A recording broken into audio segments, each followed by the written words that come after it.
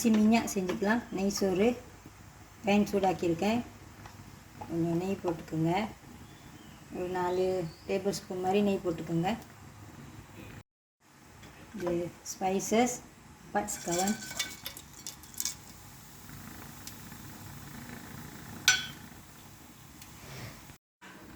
பெரிய வெங்காயம், இஞ்சி, பூண்டு ஒரே ஒரு சிராய் எடுத்துருக்கேன். டவுன் பண்ணேன்.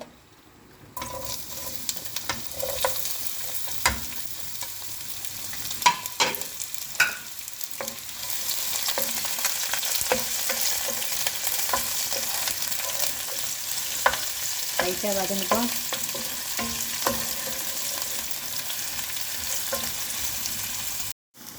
வெங்காயம் வதங்கிச்சு பாருங்கள். தண்ணி சேர்த்துக்கலாம். நான் இன்றைக்கி 3 கப்பு பாஸ்மதி அரிசி எடுத்திருக்கேன். இந்த மாதிரி கப்பில் 3 கப்பு அரிசி எடுத்துருந்தேன்.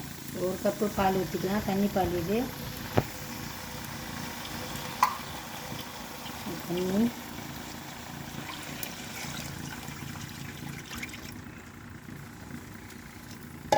நான் ஒரு டேபிள் ஸ்பூன் சன்பீக் கூட எடுத்திருக்கேன்.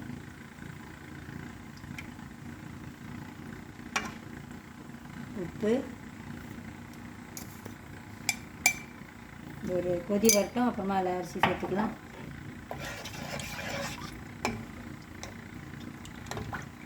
கொதிக்கிட்டோம்.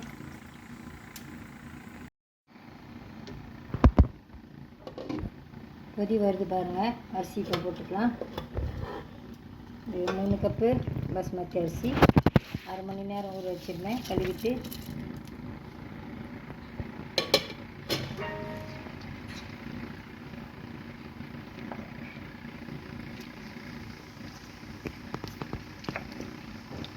வேகிட்டோம்.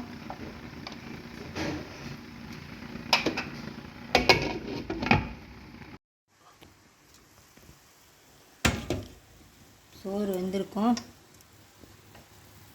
ஓகே, தண்ணிலாம் இல்லை. பருப்பு அரைச்சிடலாம்.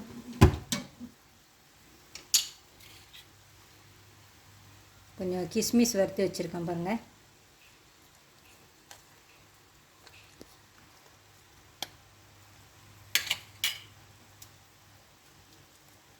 கொஞ்சம் எல்லோ கலர் கூட எடுத்துருக்கேன். ஆப்ஷனல் தான்.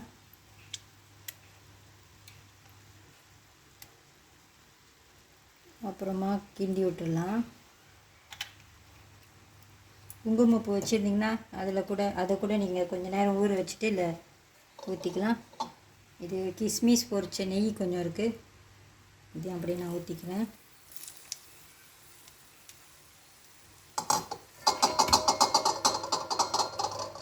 இதை அப்படியே மூடி வச்சுருங்க.